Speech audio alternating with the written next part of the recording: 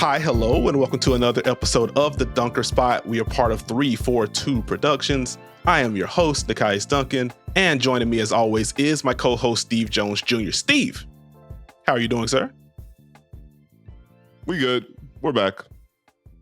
All right, well, we have the abbreviated intro. We do not have a guest today, so I guess that means we need to get a move on with the basketball conversations. A lot of things to talk about. More NBA games have been underway. Excited to dig into some teams that have impressed us, etc. Steve, who has caught your eye as of late? I would like to talk about the New York Knicks. Okay. The Eastern Conference is a little more wide open than people had expected. The Knicks starting to put together some fun things, starting to do some fun stuff on both ends of the floor. Right now, obviously small sample size, but third in offensive rating, 121.6 behind Boston and Cleveland, which is kind of funny if you think about it. 16th in defensive rating, but you're starting to see the building blocks of the vision of this unit. I think the Boston game, a little rough to start, but it's starting to come together. You see the balance of this Knicks unit and how they can keep pressure on teams and keep pressure on defenses. And I think since that first game of the season against Boston, obviously recording on Monday, but the Knicks starting five have all scored in double figures in 4 consecutive games. That's the first time that's happened for the Knicks since 1988-89. But I think one of the things that stood out to me as far as the growth of the Knicks, if you look at those 4 games, against Indiana, 44 made field goals, 19 assists. Against Cleveland, 40 made field goals, 22 assists. Against Miami, 40 made field goals, 30 assists. Against Detroit, 52 made field goals, 31 assists. They only had 10 games of 30-plus assists last year. They've already done it twice to start this season, so that's the kind of growth they need. It can't be for New York just Jalen Brunson. Like, he's incredible. He's played very well to start, but they can't build the boat off of just him in ISO or pick and roll. Can't just be Cat in post-up or isolation. For the Knicks to hit the ceiling, you have to feel the weight of Mikal Bridges, OG Anunoby, and Josh Hart. And the more that you're able to get everyone involved, not only does it make that starting lineup stronger, but it helps as you stagger your lineups and mix in the bench because the depth isn't quite what it was last year for them. So you're going to have to really rely on that starting lineup to give some punch. I think the one thing recently they're doing a better job of getting more movement in their sets, getting more optionality out of their sets. Again, it can't just be pick and roll. So being able to kind of build off some of the stuff they did last year with Isaiah Hartenstein at the elbow, except now it's Cat. Being able to get to more chin action, get to more movement, use Jalen Brunson in that movement to keep pressure on defenses. That's where you start to become a team where you can still get to what you want to with your individual talent, but you are keeping that pressure on a defense, keeping them guessing. It gets OG Anunoby and Mikal Bridges involved as cutters, gets them going off pin downs. They can now be involved in empty corner pick and roll without the defense being alerted to it. You open up quicker rolls. It's less pressure for some of these guys to have to create plays off the bounce. And you don't really know the outcome of Jalen Brunson's cuts. You don't know which ones are live. You know which ones are setting him up to get a dribble hand up off the middle. It's good stuff. I think Josh Hart, much more involved as a screener these days. You can advance it to him if he's spaced on the wing. He can go to a dribble handoff. That's important. An important building block because as things go on, if you want to put a big on Josh Hart, or you want to switch, Josh Hart's used to being a screener in this offense, and Cat can space, so it doesn't change too much for them. I think one of the fun things for the Knicks is if you are working to try and deny Jalen Brunson when he's off ball, just the automatic counter to, hey, we're just going to flash. Big flashes, he cuts, we keep things rolling. They've gotten some layups or at least some good action out of that, so that's a good thing. I think a big key has been the play of Karl-Anthony Towns as well, and I think one of the things is you're starting to see the blend from Cat that made this feel like it would be a good fit. Obviously, he had drives last year. He keeps building on those drives. I think the keys for me this year, you're seeing a lot of quick decisions from Cat, but you're seeing him stay under control. And he's not just smashing the turbo button and hoping for the best when he gets in the paint. There's a purpose to him. There's a little bit more force, looking to hit first. And now you close out to a shot, he's driving. You give him space, he's shooting. And again, he's able to do this against more fives because of the way the Knicks are constructed. And especially when they kind of rotate him in with the second unit, now he gets to play, advantage basketball to a degree. So it's a constant for him. When he's able to kind of have that wave of shooting, post up, drives, that's when he becomes tough. It's a small sample, but 64.7% from three is pretty darn good, even if it's just 3.4 attempts, Mikal Bridges, it seems the hitch is beginning to go away. Shooting 38.7 from three on decent volume. Also shooting 52% from the field, which I think is important. But you see him kind of operate in the mid-range, getting some cuts. If you want to go zone, he's just finding a way to get in the middle and cause havoc. It's good. OG Anunoby starting to feel more evolved offensively.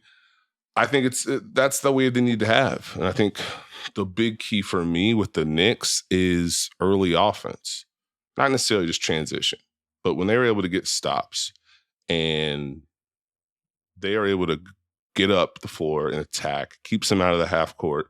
When they're humming, you're just not sure what's going to happen. It might be an OG post up. It might be a Mikal post up. Might be Bridges or Hart screening for Jalen Brunson. Might be a quick Brunson attack, Cat trailing. They have to keep building that. So I've been impressed with the Knicks offense so far. Okay, I like it. Very quickly on the Mikal Bridges front, it would appear that he's not the worst shooting wing ever, I guess. It's not completely busted. 39% for three seems good. That's cool. I'm glad you hit on a lot of good stuff. I guess circle back to Cat very quickly as you mentioned the drives, because that was probably the thing that's caught my eye the most over this recent stretch of games for the Knicks. Since there's been so much talk about like the 3-point volume with him in general, and you mentioned the low attempts right now. If you aren't going to get the high volume, at least not yet, he has to win inside the arc at a different level, and he's certainly done that so far. Per Circuit Spectrum, 1.06 points per possession on Cat drives last year, which is a very good number, to be clear. So far this year, 1.3 points per possession on any trip featuring a Karl-Anthony Towns drive. And the fact that he's been able to do so, as you mentioned, being under control, but still getting to his spots. We haven't seen a lot of the offensive fouls or the wild passes on the move because he's out of control.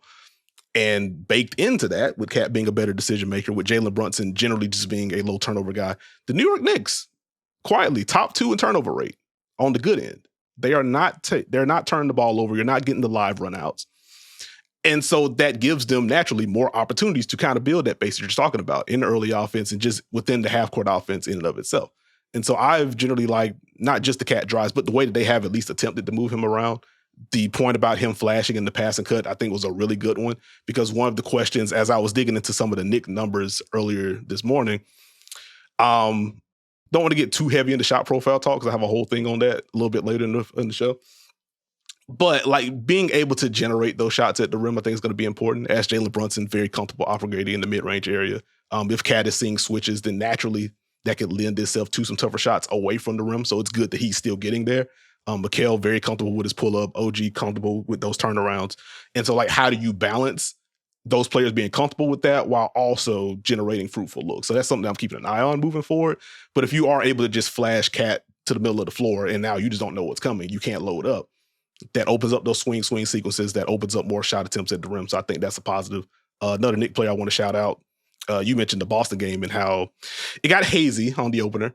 For the New York Knicks in that one, but Deuce McBride was incredible with his shot making. He has mostly held that up throughout the early goings of the season, so I want to give him a quick shout on that front. A lot on the Knicks offense. Can I ask you a Knicks defense question? Well, I have points on the defense. Okay. You would want to get in, but go ahead. What is your question? Oh, well, if you're about to go ahead and transition to defense, I'll let you go.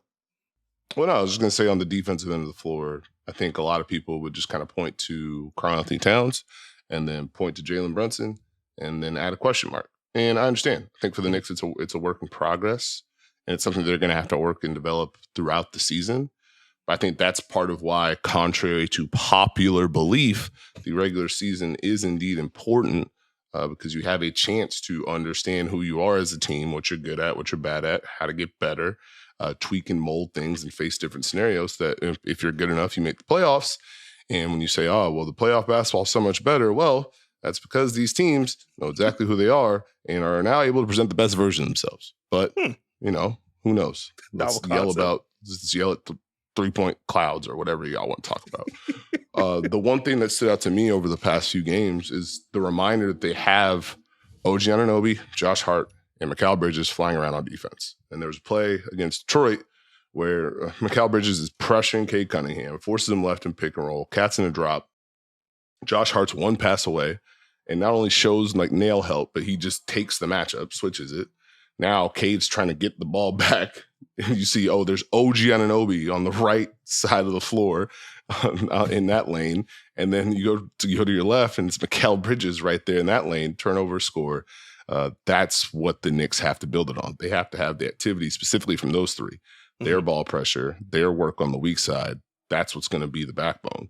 And at the current moment, that's going to allow Cat to play that deeper drop because they can handle a lot of the responsibility with navigating screens, and you can have help in the passing lane. So Cat kind of just has to time it up. Okay, you're good. Let me get back. We're good to go there. If you're a team that has somewhere that Jalen Brunson can have a nice matchup, someone who isn't as involved offensively, the Knicks pounce on that. So we're just going to, okay, you're going to guard them. When you have to work hard, other than that, we're good to go. Now, it's not a perfect world. I am interested to see how much scheme versatility they try with Cat and how they develop that. What do they trust him to do? How much they try different things? We've seen him at the level at times. We've seen him with late switches when he's in that drop. We've also seen where the drop feels like a lot of space. There are shots that open up. To kind of make a comparison, since people love those these days. It's not quite the Porzingis and Boston deal, but there are elements to it where it's kind of the same. Boston just had so many great defenders. It was more the idea of what would they be willing to do? When would they try different things? And what do they have in their back pocket to a degree? For the Knicks to hit like they want to or could, they are likely going to need different things to work defensively. They're going to have to be able to have Cat be able to do multiple things. It can't just be the drop that works, in my opinion. Because as good as their defense is or could be with the defenders they have, Brunson and Cat in pick and roll, or Cat with a smaller guard in pick and roll, can open up space for teams to attack.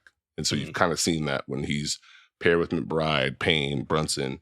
The navigation's not the same. He's in that deep drop. Now it's the timing. It's like the shot timing in 2K. Gets interesting.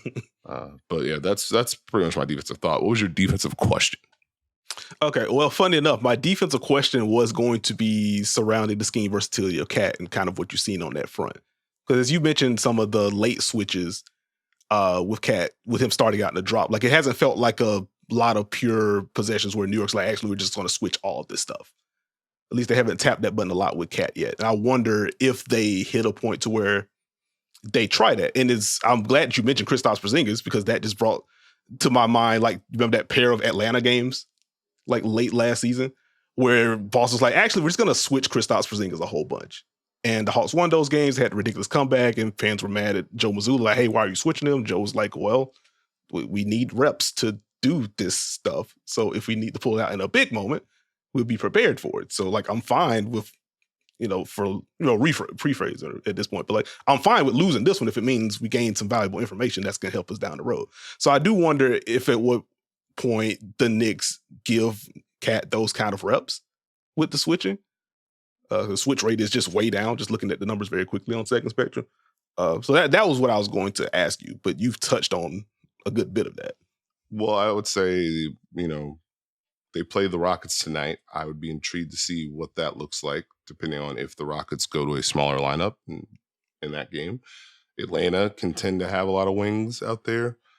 Teams have felt comfortable switching some Milwaukee Bucks stuff. I don't know if the Knicks will tap the button in that game, but it's something to monitor to see if they're, like, to me, it's more about when you switch for me versus, how much of that is in your package. How important is it to you? Like, even just referencing the Milwaukee-Cleveland game this weekend. Like, the fact that Cleveland said, you know what, Damian Lillard, you are cooking. We're just going to switch and stay home. Okay, that intrigues me because I didn't think y'all would do that willingly. So I think that's where my mind kind of gets to, like, the secondary game of, okay, what's the lever that you're hitting here? Yeah. Is this because you can't do something, or is this because you're trying to take something else away? Okay, that makes sense. And then just very quickly on the Knicks defense, with Cat being in that deeper drop, like, it has helped them curtail rim attempts defensively. Currently 28th, or currently third, in terms of percentage of shots allowed at the rim. It's a very low number for them. Conversely, when teams do get at the rim, they are also 28th in field goal percentage allowed there. So important for them, to your point. You keep Cat back there, you can help with the rebound, things like that. But if you do have to pull Cat up, having Mikal, having OG, having Josh Hart on the back end to kind of swarm and take away some of those attempts, maybe force some turnovers, is going to be helpful in aiding them from allowing those kind of fruitful looks at the rim. I think that was pretty much my biggest question with the Knicks. You pretty much nailed most of it. Did you have another team that you want to shout out? Or is that going to be the big one for you? No, we're good. Okay, fair enough. Then I will rev up the old microphone, I suppose. Two teams in a very quick shout from me.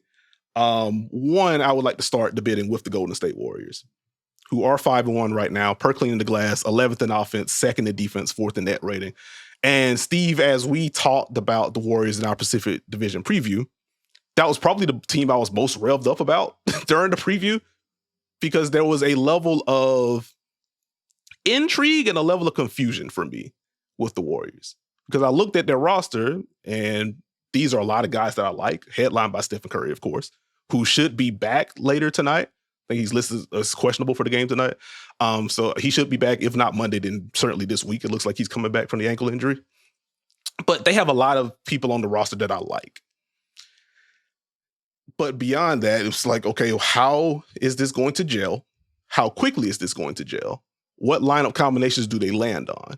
And even if they nail that portion of the program, in light of how tough the West is supposed to be, like, what would that ultimately mean for the Warriors? Like, those are some of my base questions heading in. And through the early goings of this season, we're seeing the high-end outcome of what this can look like. When you have this kind of depth, again, Steph's missed the last 2 or 3 games at this point, but when you have this kind of depth and you just have a roster full of playable guys that kind of fit into what you want to do, and the guys that don't cleanly fit into what you want to do, they help fill some of the gaps of what you're missing, you get to see how the Warriors put a bunch of pressure on you on both ends of the floor. Like, offensively, mentioned they're 11th in offense per clean the glass. They're 8th in half-court defense, 8th in half-court offense right now. And it has been an absolute clinic for them, just flowing through their split offense. It is dump the ball down to Draymond Green or Kevon Looney or Trace Jackson Davis or Kyle Anderson when he comes in. We're going to have some screening action up top. Let's see what you want to do with it. And like watching, the Pelicans games in particular, which I just hope all of them get well soon. There's so many injuries with New Orleans right now. But like watching them hum to that degree, it's just a lot of fun as a basketball fan, first and foremost. But more specific to their ethos, like watching them lean into that, especially without Steph, recognizing, hey, we want to do this stuff anyway, but without Steph, we have to move our bodies. We have to screen well. We have to play with a level of decisiveness. And they've done that at such a high level so far. It's been encouraging to me. And then even bearing down with some of the individual players like Buddy Hield, who can shoot from any and everywhere. Like, what a luxury it is to lose Klay Thompson and then replace him with another historically good shooter that you could just move around the board, and also run some secondary pick and rolls for him if you want to.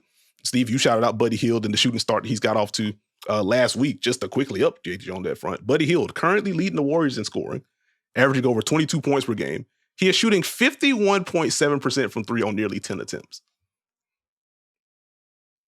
What on earth do you do with that as a defense? Like, I don't think he's going to shoot 52% from 3 all season.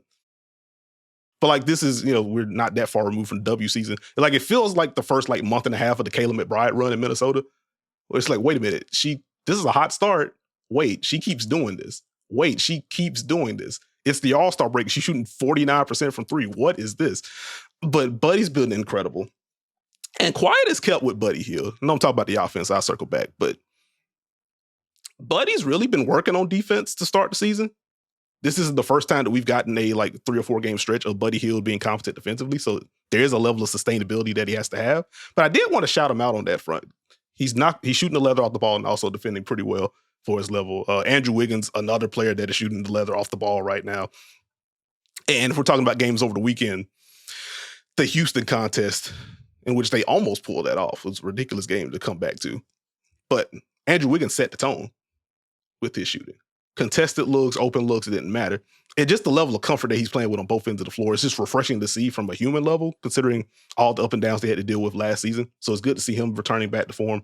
Brandon Podziemski is a guy that hasn't knocked down shots at a high level yet, at least outside the arc, but his poise and patience inside the arc has really perked up. I've enjoyed the playmaking from him, enjoyed just the interior craft from him. And you just go up and down the roster. Again, Kyle Anderson, the way that he's fit into their half-court offense, and his quick hands just kind of being everywhere defensively. Gary Payton II, healthy, flying around on defense. Draymond Green, if we want to talk about the defense, I guess I'll just transition now because I'm really excited about this defense.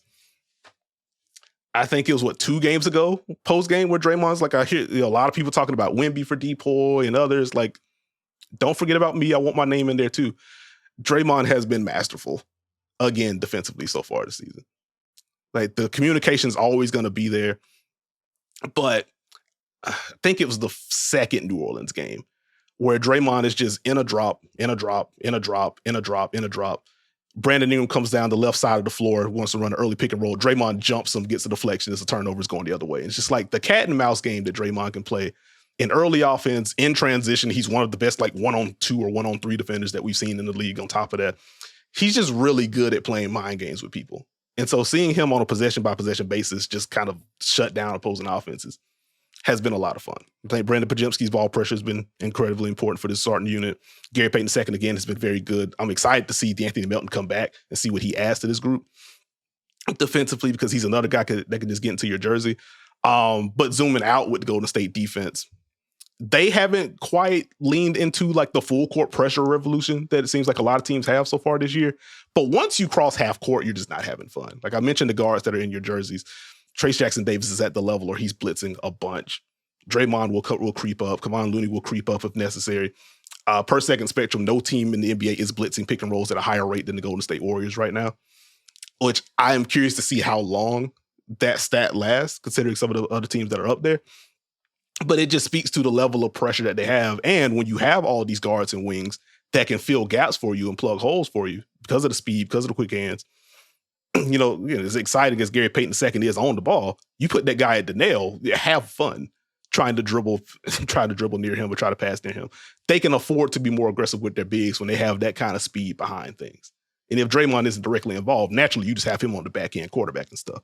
So the defense has been really good. The offense, again, humming with their off-ball actions. They're moving their bodies. And I've just been impressed with how the Warriors have started out this season. Like, again, they were a team I was confused about, but they are humming right now. Like, I have a couple other quick player shout-outs. Shout out Lindy Waters, who's also defending pretty well right now and has always been able to shoot the ball. Been a fan of his since the OKC days, but he's filled in when they've asked him to. Moses Moody has shot well, got the new contract, shot well.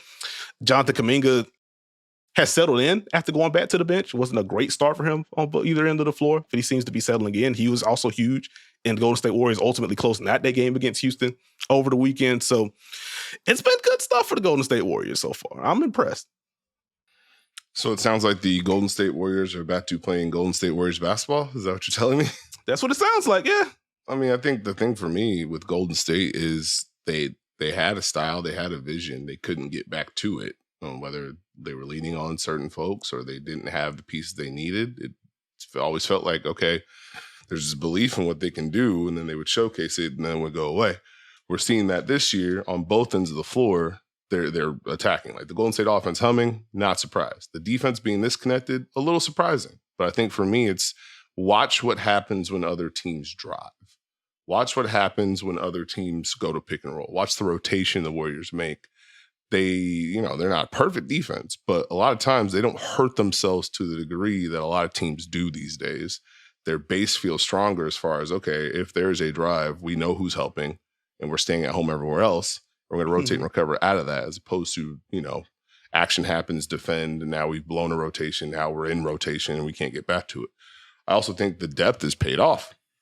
They have a lot of quality players that fit what Golden State either needs or wants to do. And you see that with their reserves. I think they're Golden State's reserves plus 141 on the year so far against their opponents. Golden State's bench has scored at least 50 points in 5 of the 6 games this season. They're 5-0 when that happens. So you're looking at a team that understands who they are. And now when you have success, you have a buy-in. It'll be interesting.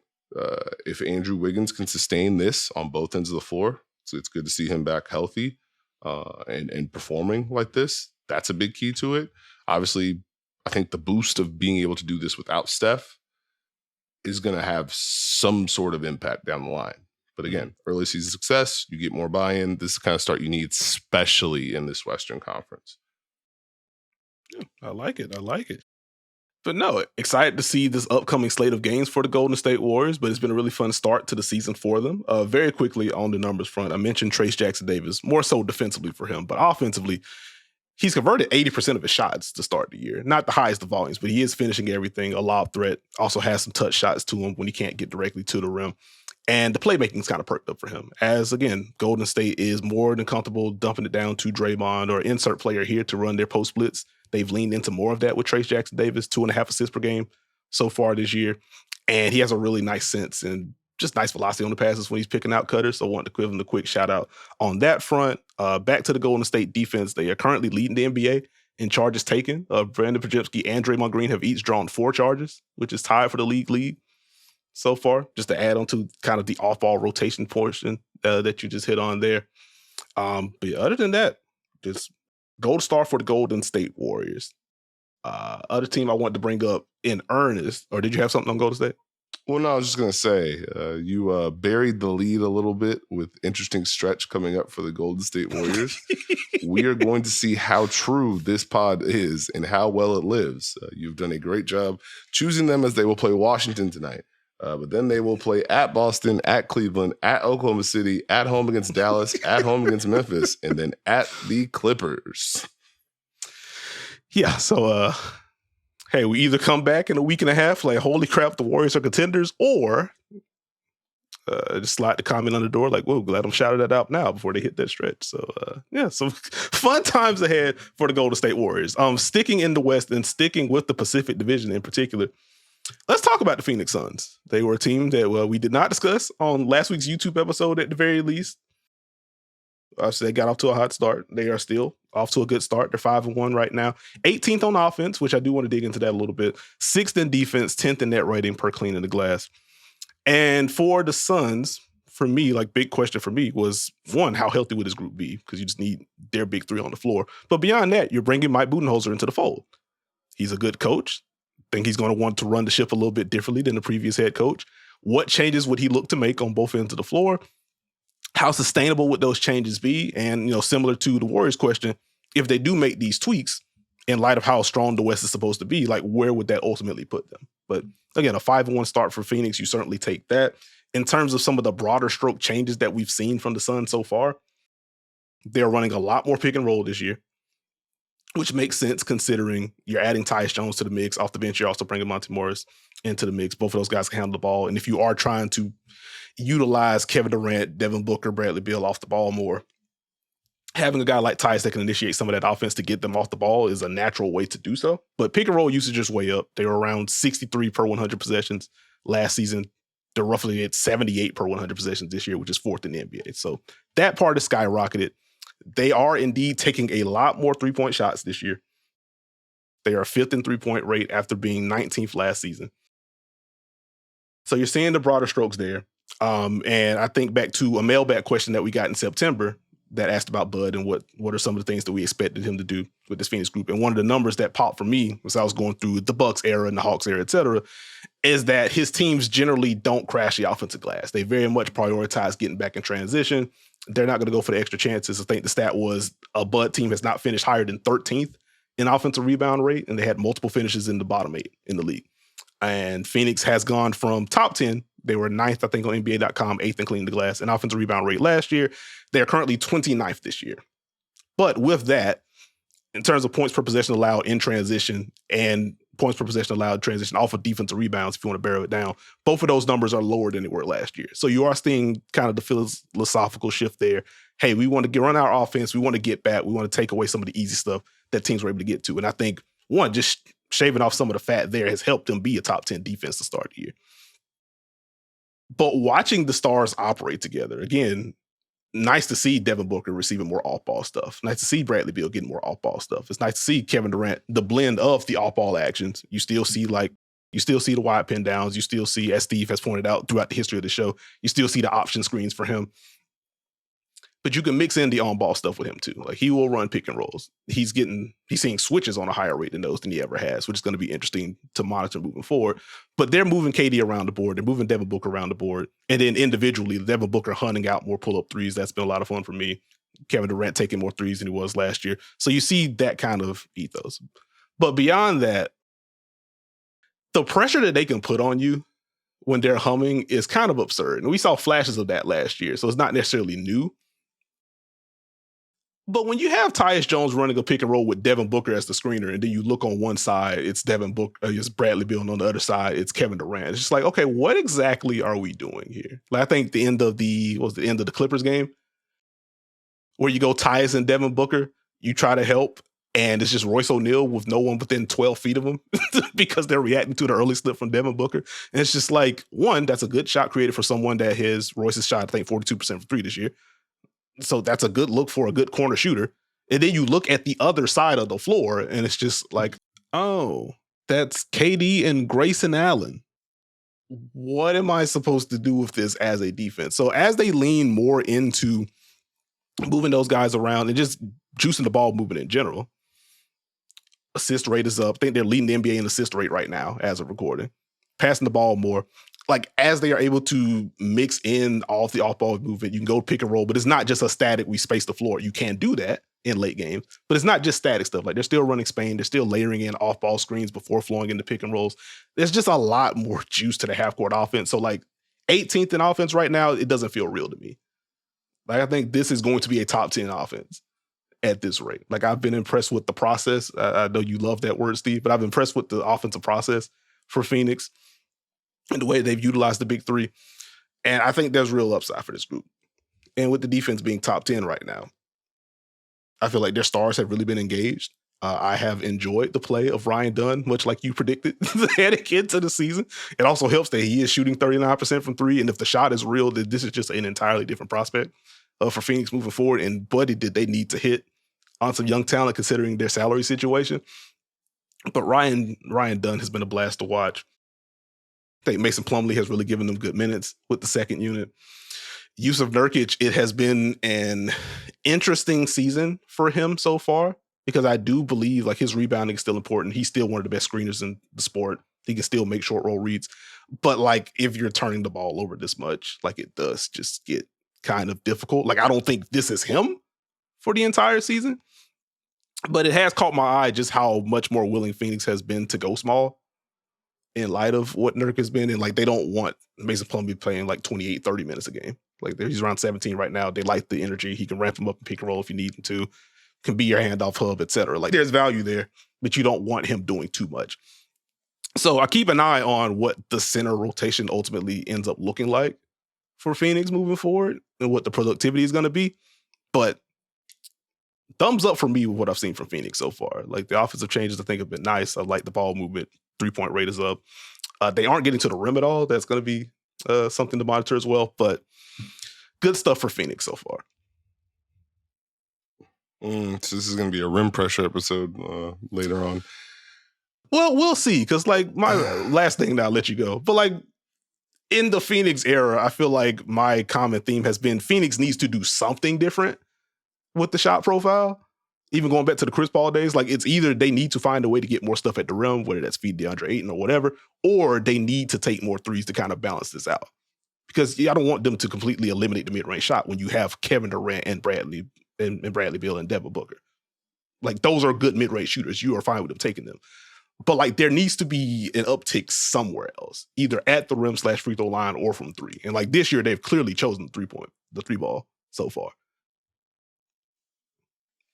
I think just to add to your point about the Suns, to me, it's not the offensive process, but more their willingness to just hunt and try and generate and work to get good shots. They don't necessarily settle. You know, when defenses are playing well, especially like going back to that Clippers game, they just kept working to get through the clock, to generate good looks, to go side to side, to get you in rotation, and then not just create an advantage, but then keep that advantage. When that ball is moving for Phoenix, that's when they're really good. And there have been so many more possessions where you have that feeling where it's not just, okay, we're leaning on this talent to create this opportunity, and if it works, then we have this shot, which it kind of felt like last year. This year, it just feels like, okay, you have to guard us, and we're going to mix in some of that. But once we get this advantage, the ball is moving. And so I think Tyus Jones has helped, not necessarily into the real point guard debate, but it does assist in transition in early offense. He can now bring it up, and now you have to deal with those three running wild. And you don't know what actions are going to happen. Think in the half court, Devin Booker building off his Olympic run and saying, I am a screener. let me do some work. I think that's been very fun. I think the depth works to their advantage with the wing play. Royce O'Neal being more involved to a degree. Like, I know it's just a couple dribble handoffs, pick and roll, but that works. You got Grayson Allen back. You got Ryan Dunn. So you feel pretty good. You got Mason Plumlee, who fits with the second unit as far as I can play with anybody. I'll do my job. I'll dribble handoff. I'll roll. It is what it is. So they just kind of have a good feel about them. And I think the belief, the buy-in is there to a degree. I mean, they played the Clippers. They scored 20 points in the first quarter. They were not having fun. They were not into it in the dome. Then they went 15-15 to start the third quarter, and it was a whole different ballgame. So, I mean, that's not I don't know if that game goes that way last year. Mm-hmm. That's not necessarily a coaching thing, but I think they have a belief on what they can do on both ends of the floor. And that's half the battle these days. No, I like that. To your point about Devin Booker screening, because I naturally had that in the notes. Devin Booker, but 2 picks per 100 possession as the screener last year. That is up to 4.2 this year. Bradley Beal has nearly doubled his on-ball screening rate this year. 3.7 per 100 possessions last year. 6.4 this year. And just very quickly on the Tyus Jones front, like it's nothing new for him, but 41 assists, 5 turnovers in the first 6 games of the season for Tyus Jones, which is absurd in its own right. But you think about the broader context of Phoenix, last year, like they were a good offense despite being like in the bottom 5 in turnover rate. They are not turning the ball over to the same degree that they were last year, this year. Like Tyus helps in that regard. And again, just getting more bites at the apple this year because you're not running back in transition, that just helps grease the wheels of the offense. And again, why I believe 18th in offensive rating per clean the class, I just don't think that's going to hold. Like I think that's just going to be better as, you know, if the finishing perks up in particular with the centers or with use of Nurkic, like that's going to be a bump for you. So stock is up for me with this Phoenix group.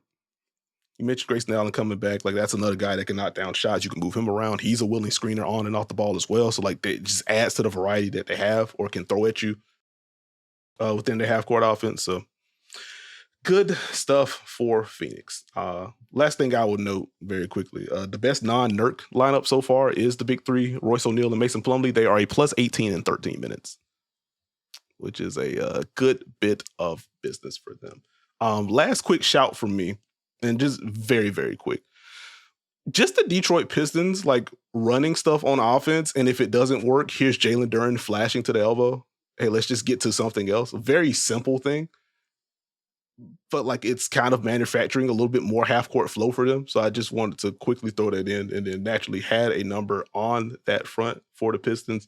Per second spectrum, the Pistons have run 145 dribble handoffs after their initial action, so coming after a pick and roll or post up or an ISO, etc. That's the second highest mark in the NBA. The Nets, who lead the league, and the Raptors are the only other teams over 100.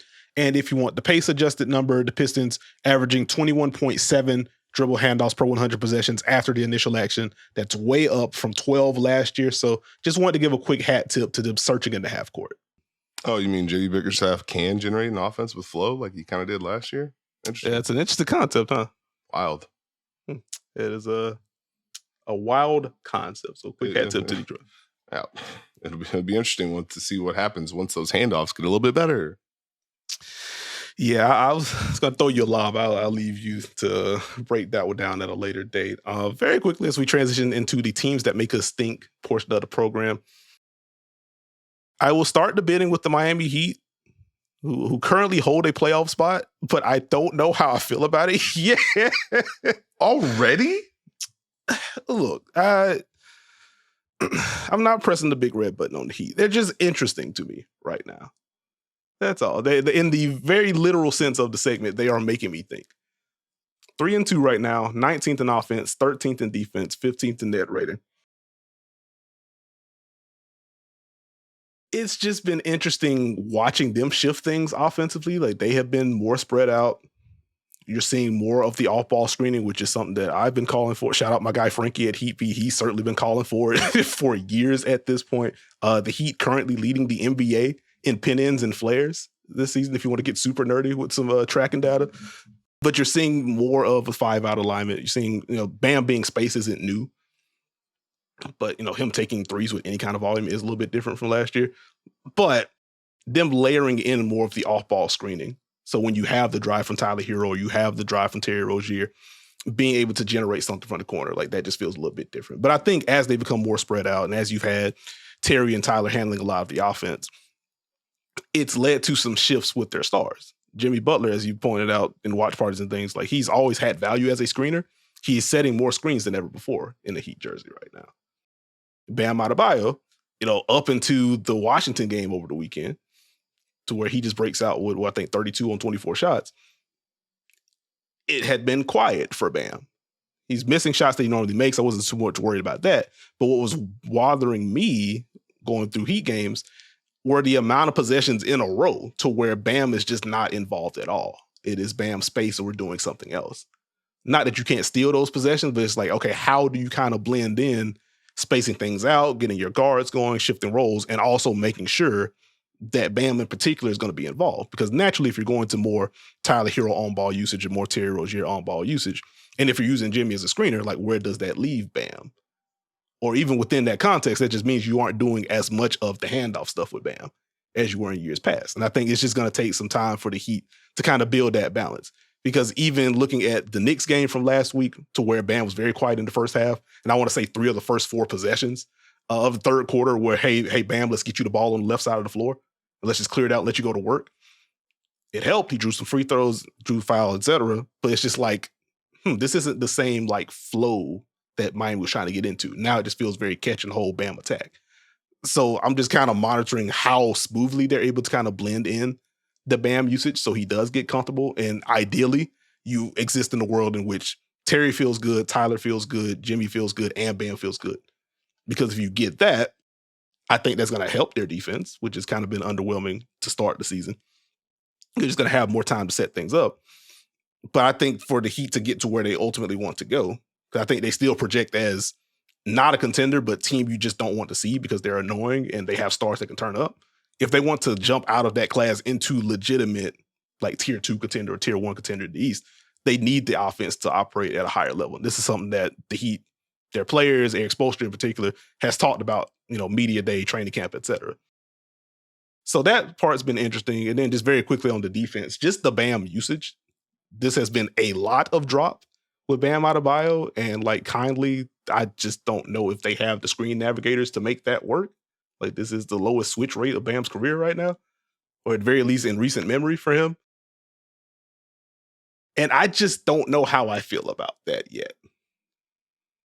And so that's where I'm at. The Heat are making me think. They're making me ponder and making me, you know what I mean? Well, buddy, the Miami Heat typically will attempt to do things in the regular season to make sure they could possibly do it later on. So this may be a proving grounds for the Heat. So they don't just have to tap the zone defense button or the Bam save us button. To the Bam offensive point, salute to Cooper Moorhead, who absolutely got the quote from Eric Spoelstra. That's on me. That's fine. Shout out. We'll get there. That's on me to get Bam in the spots where he can feel more comfortable, whether it's in pick and roll, whether it's flashes, or it's in the post, all the different areas where he can. We'll get better with that. And then they got better with that almost immediately. There you go. I'm going to chill on the Heat for a little bit, especially with how the East is right now. I mean, hey, you look at the landscape. Can Miami make a little push, stay up there while everyone else is fighting down there? I'll just, it's going to get interesting if that happens. Mm-hmm. But I think for me, with Bam, it's one of those deals where it's always going to be a balancing act for him. And it's going to be an even tougher balancing act because, hey, we have a whole lot of people that are healthy now. That's also true. So that is also true. I just think I'm going to give it time. Oh, that's fine. And again, this is me saying this is interesting. I want to parse out how I feel and how this progresses. Not the Heat are weird. They're going to be bad. I'm not making any definitive claims on that front. It's just these are the things that have caught my eye with the Miami Heat and have me thinking.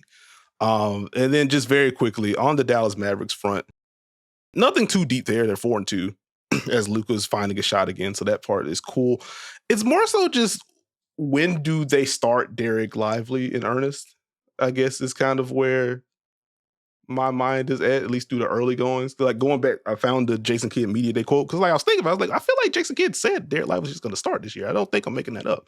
But Jason Kidd from Media Day, paraphrasing some of the quote here. I think the competition at center is great. It's a healthy competition because they both support each other. It's kind of like a relay race. I think both of them are going to have opportunities to start at some point in the season. It's open. We're probably going to start D-Live with the first group and see how that goes. And just through the early goings of the season, with Luka and Lively on the floor together, naturally no Gafford, it's a plus 4.1 in 94 minutes this year. With Luka and Gafford, it's a minus 4.9 in 103 minutes this year. And then going back to last year, the Luka Lively pairing was just better than the Luka Gafford pairing, even though both of those were positive last season. So it's just more like, when do we see the shift? Like, it's helpful that Daniel Gafford is playing better after just a really weird start to the season for him. But that's kind of the only thing I'm really thinking about on the Mavs front. Like, you talked about Klay last week. He still continuing to shoot the ball well. Like, I trust Luka, even when he isn't shooting well, he just puts a level of pressure on your defense that you can't really deal with. I guess there's a PJ Washington conversation that can be had about his start, but like, ultimately I'm waiting on that front. But yeah, that's just very quick thing on the Mavericks. Just keep an eye on the center room. That's all I had there. Hey, Nekias, can I ask you a question? Sure. How many games has Daniel Gafford played more minutes than Derek Lively? Well, based on the question, I'm going to assume not many, if any. I'm double checking. 20-20 split, 15-15 split, 27-21 Lively, 26-20 Lively, 21-18 Lively, 28-19 Lively. Who cares? What are we talking about? You know what? Fair enough. It gives me the ick. Let's be honest. Let's be honest real quick, right? You want to know why Derek Lively doesn't start? Go ahead. 4-3-3-4-5-3. Fouls every game. Incredible talent. You probably don't want to start him so you can get 2 quick fouls. Now you have to go with Gafford and do another thing. You're just laying your lineup. He'll probably eventually play his way into the starting lineup. This doesn't have to be a thing right now. He's producing very well. He's going to end up closing more nights. He plays more minutes. Who cares? Who cares? That's fair. Genuinely, who cares? Think about the game of basketball. I'm so mad my favorite player does. Shut up. I did not expect that the Dallas Mavericks center room would be the one that got that rant out of you. But no, that's fair. We've talked a lot about on the show. Like, it more so matters who closes versus who starts. But did have the question, considering how well Lively's has largely played off of Luka going back to last season. So that's all I had on the Mavericks front. Steve, did you have any player shout-outs for us? Sure do, bud. I got a question for you. What's up? There are 3 players in NBA history to have 25 or more points, 10 or more rebounds, 3 assists, 1 steal, 1 block, while shooting 90% from the field and 75% from 3 in a single game. Can you name the 3? Jesus, that is a stat and a half. The 3-point shooting is going to throw me off, I think. Has Cat had a game like this? No. Okay. Has Kristaps Porzingis had a game like this? No. Has Jokic had a game like this? Yes. Okay. I'm not sure how I didn't start with the darn multi-time MVP, but fair enough. I was thinking about 3-point shooting first. I guess I answered my own question. Anyway, so Jokic is 1. Has Embiid done this? No yeet. Okay. That's a good shot. Has Dirk done this? No. Darn. Now I'm gonna, for the interest of time, I'm gonna tap out here. I went 1 for like 9. What we got? You did. Larry Bird. Oh, okay. And Nikola Vucevic.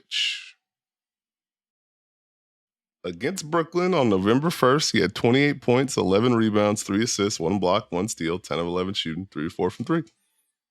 Wow. Kind reminder. Vooch is averaging 21.5 points, 11 rebounds, shooting 55.2% from the field, 50% from 3, 95% from the line. Pretty good basketball player. Wow.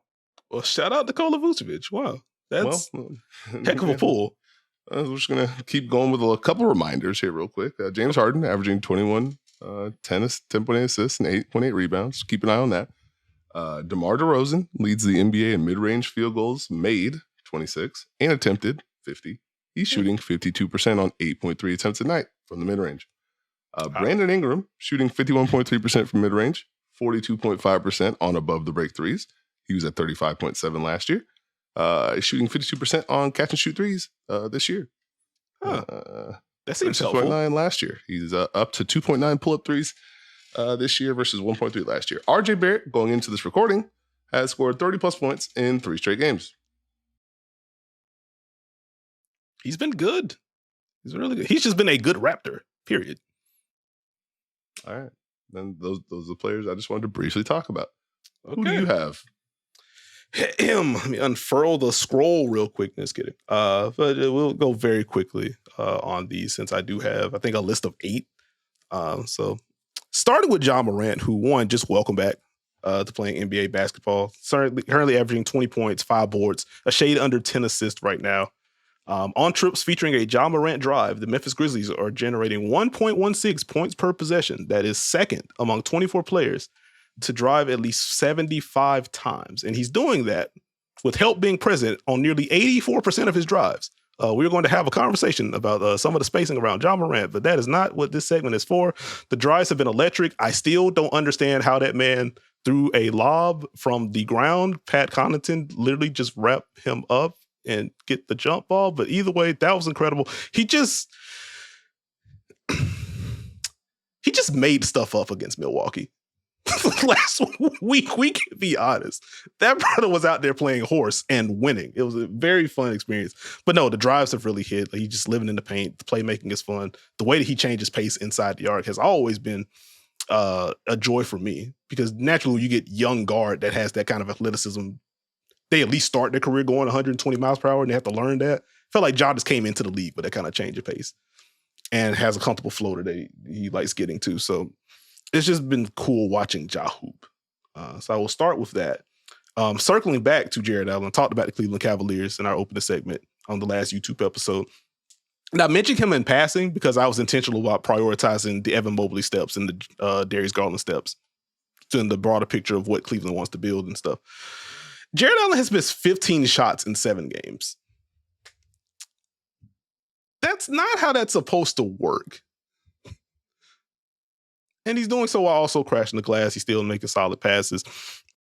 He's been active defensively. I mentioned Evan Mobley switching a lot more this year compared to last year. Jared Allen also being asked to switch quite a bit, and he's holding his own. So I want to give him a shout out there. Bilal Coulibaly of the Washington Wizards, currently averaging 19.6 boards and a shade under 3 assists. He is shooting 48% from 3. Don't know if that holds. But the drives continue to be an adventure, complimentary. Doing a little bit better of finishing through contact and even seeking out some of the contact, drawing fouls. So that's been cool. Sprinkling in some mid-range pull-ups, which has been interesting to me. I don't know if defenses care about that portion yet, but that is an important counter for him to have. So he doesn't have to get as deep into the paint with some of those drives. And just a quick hat tip to the 2-game battle between him and Trae Young, to where Trae was just pulling out literally every foul trick that he had to try to get Bilal out of there. And every time Trae got Bilal on one, going back to the second game in particular, I think it was 2 fouls in the first quarter for Bilal. Camera just pans to Bilal. He's just smiling, shaking his head like, darn, I knew he was going to do this and he got me anyway. But no, his screen navigation is kind of nuts for a guy with his size and his dimensions. So if the offense is perking up to this degree, I think you take that if you are a Washington Wizards fan or a member of that organization. Going back to Toronto, Grady Dick averaging 21 points per game. He is shooting 37% from 3 on over 7 attempts. But it's more so just been the drives for me with Grady and him attacking tilted defenses in general. Because the shooting didn't get off to a hot start last year. And the finishing, just getting through contact, I think that was something that he struggled with last season. Gosh, come on, man. Come on. Don't do this. Don't do this. Anyway, Grady Dick has been very good against closeouts this year. Also, the drives are up. Average 5.3 drives per 100 possessions last year. That is up to 8.6 this year. On any trip featuring a Grady drive, the Raptors are generating 1.35 points per possession on those trips, which is incredibly fruitful. Not the highest of volume, so I would expect that to drop at some point, but that's been good. And against closeouts in particular, 1.19 points per possession on any trip featuring a closeout against Grady. That is third among 23 players to face at least 50 And when Grady is taking a shot against closeouts, that's up to 1.36 points per possession. That is third among 19 players with at least 30 shots against closeout. Do you want to guess who the 2 players ahead of him are? No. Okay. Well, then it is Garrison Matthews and Norman Powell. It's quite the list. It sure is, which Norman Powell, as you talked about what he's doing for the Clippers and the supplementary scoring he's given there. Garrison Matthews shooting the leather off the ball in the rotation because all of Atlanta's non-Trey guards got hurt at the same time somehow. But either way, like he's been a very important piece of their offense. The movement shooting and the catch and shoot shots have been very important there. Welcome back to the basketball court, Tari Eason, and his controlled aggression on both ends of the floor. I think him being able to guard up, him being able to slide with just about anyone kind of opens up the switchability for Houston when they go to some of their smaller lineups. And offensively, he will hit you in your chest when he drives to the basket. Also shooting 44% from 3 to start the season, not the highest of volumes, but it certainly helps. But he can complement the drives and also the offensive rebounding and the finishing in general with the shot. Quick hat tip as I was watching, I think I tweeted it out, but was catching up on Utah games and also Portland games as they were teams that had fell behind in the league pass watching for me. So spent a bunch of time watching some of those games. So very quickly, Scoot Henderson, 13 points, 3 boards, shade under 5 assists. The efficiency numbers still aren't great, but he is much more efficient than he was last season. More control on his drives, just more control inside the arc, period. Footwork seems a little bit cleaner, doing a better job of change of paces. Want to quickly shout out Jackson Frank, who wrote an article over the weekend about Scoot Henderson and some of the growth that he's seen as a driver, but want to quickly echo that sentiment. Just looks more comfortable. It appears the year 1 to year 2 jump for young guards is fruitful for them, or at least it can be. So positive signs for Scoots. Toumani Camara shooting 50% from 3 right now, but he was someone that I shouted on like my all defense long list last year. I don't have an official vote, but he was someone that caught my eye last year with his defense. He is continuing to defend well. He's taking on a lot of tough defensive assignments like he did last season. I mentioned during the Warriors segment, Draymond and Pods both have taken 4 charges. The tie for the NBA lead, Toumani Camara is the other player that has taken 4 charges so far. So you also have that off-ball value as well. And then for Utah, 1, get healthy. 2, I would like for literally any of their guards to make shots at their usual level. Like, I don't think that this is them. I think Will Hardy recently talked about Keontae George in particular. Like, we know he's not this level of shooter. He's going to be improved, et cetera. I expect that to perk up. The Utah player I will shout out quickly is Walker Kessler. 9.7 points per game right now, 11.2 rebounds. He's doing so in under 28 minutes a night. Shade under 4 offensive rebounds. He is 3rd in the league in blocks per game. The rim protection has just been kind of nuts for him. Steve, did you know that the Utah Jazz are currently 7th in half-court defense? No. You see, you wouldn't have guessed that. And a large part of that's what Walker Kessler's been able to do. Now, the tough thing about that number is that no team has played a lower share of their possessions in the half court defensively than the Utah Jazz because they lead the NBA in turnover rate. And so you don't get to see that as often as you would like. But Walker Kessler, of 27 players to defend at least 5 shots per game at the rim so far this year, Walker is 8th in field goal percentage allowed.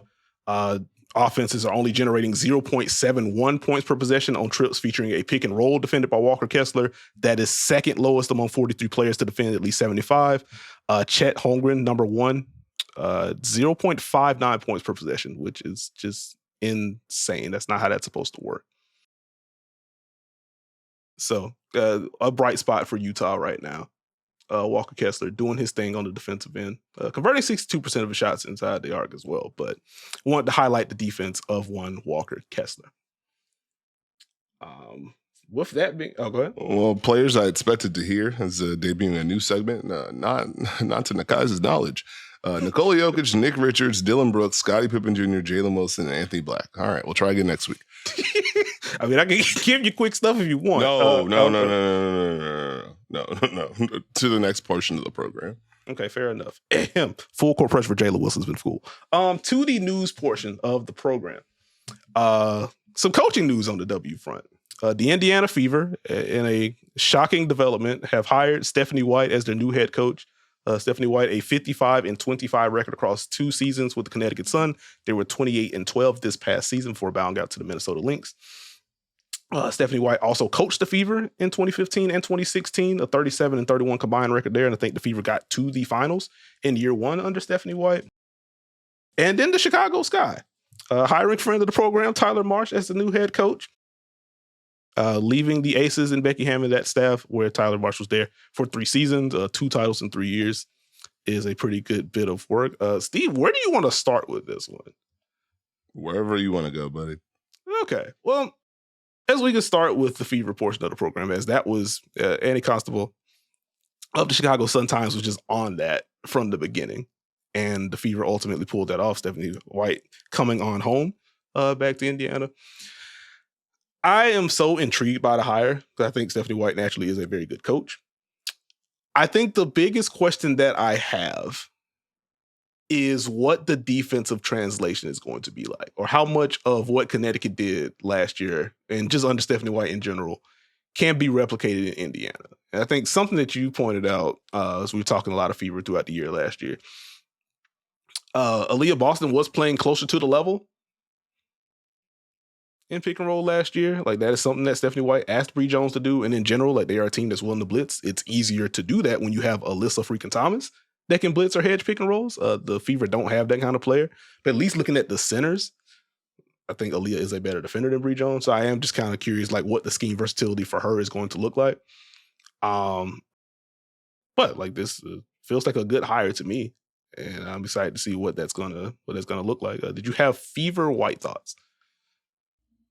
That's a funny combination of words. I would say, can't forget the 3 years that she was an assistant before she was a head for the Fever.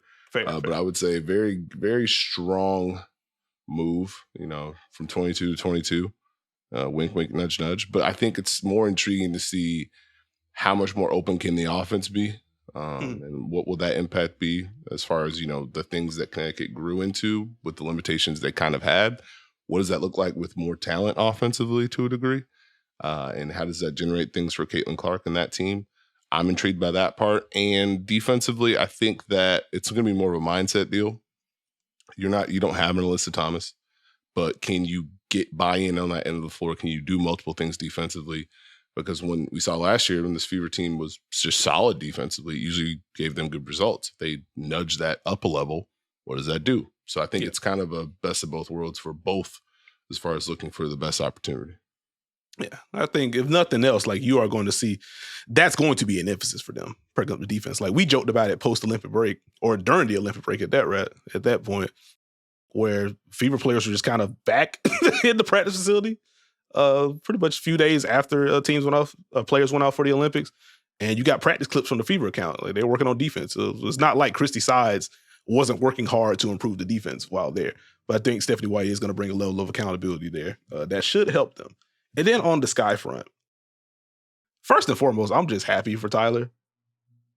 I guess someone that I've gotten to speak to. Again, he's been on the pod before, but someone I've gotten to talk to at Aces games, offline, stuff like that. Like, he's just a really solid dude. Like, it's something that Becky Hammond spoke about in her statement after Tyler left, which is you don't find many people like that.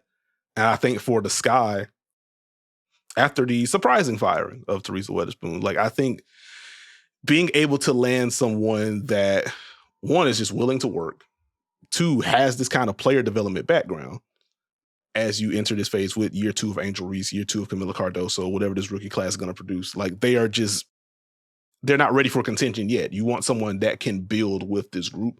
Like, Tyler Marsh just checks the boxes, going back to, like, the D-League days and the experience that he has there before it was the G League. Assistant work in the NBA.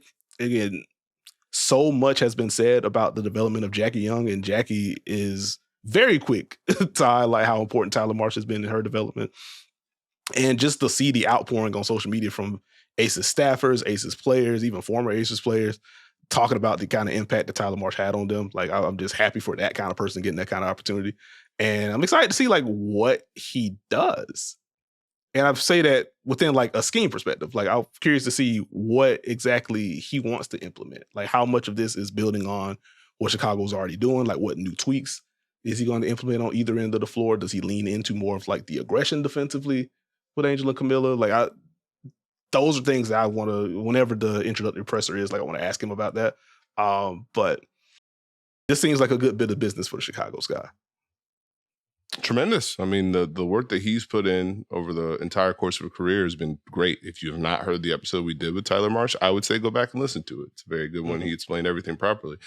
It's just fun to see hard work pay off for someone, and the grind that he's put in, the work that he's put in, and now to get the opportunity to really showcase everything you can do, 2 thumbs up. And so I think when it comes to what's he going to put in, I imagine he's prepared for this scenario mentally. So I would imagine it's going to be an emphasis on the 2 young bigs. I mean, I think for me, it's just, I don't know what the roster is going to look like. But I would imagine we're going to get some activity. We're going to get some buy-in. This is going to be a group that plays hard. So salute Tyler Marsh. There you go. There you go. Any closing basketball thoughts, Steve, before we head out of here? Oh, very quickly. We do have, on a more somber note, Shams did report while we were recording, Spurs coach Greg Popovich suffered a health issue before Saturday's game, and assistant Mitch Johnson is expected to be the interim head coach for an indefinite period, including Monday against Clippers and Wednesday against the Rockets. Now, there was, as I was scrolling, Tom Orsborn of the San Antonio Express News did tweet. A league source told him that Pop is okay, just needs rest. Okay. Well, then, Pop, please get your rest. Get well soon. Get better soon. Sidelines will be there when you are fully ready to do so. Thank you, Steve, for giving me that before we headed out of here. But wow. Wow, that's tough. But okay. So to end on a lighter note, what's more surprising, the Hornets 6th in offensive rating or the Dallas Mavericks 3rd in defensive rating? Ooh, more surprising is probably the Dallas portion, especially with all the conversation around they lost Derrick Jones Jr., et cetera, and now they're bringing in Klay Thompson. What's it going to look like? So for Dallas to be up that high, I think it's a higher surprise level for me than LaMelo is healthy, Charlotte plays fast, makes a lot of threes, and LaMelo's been crazy. You're looking me dead in my eyes and saying you expected Charlotte to be a top 6 offense? No, I didn't expect them to be top 6, and I also didn't expect Dallas to be top 3.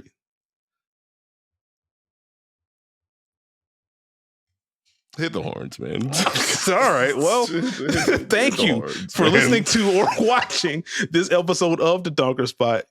Subscribe to us if you haven't already. We are on Apple, Spotify, RIP Google, Stitcher, Podbean, wherever you get your podcasts. You can find us.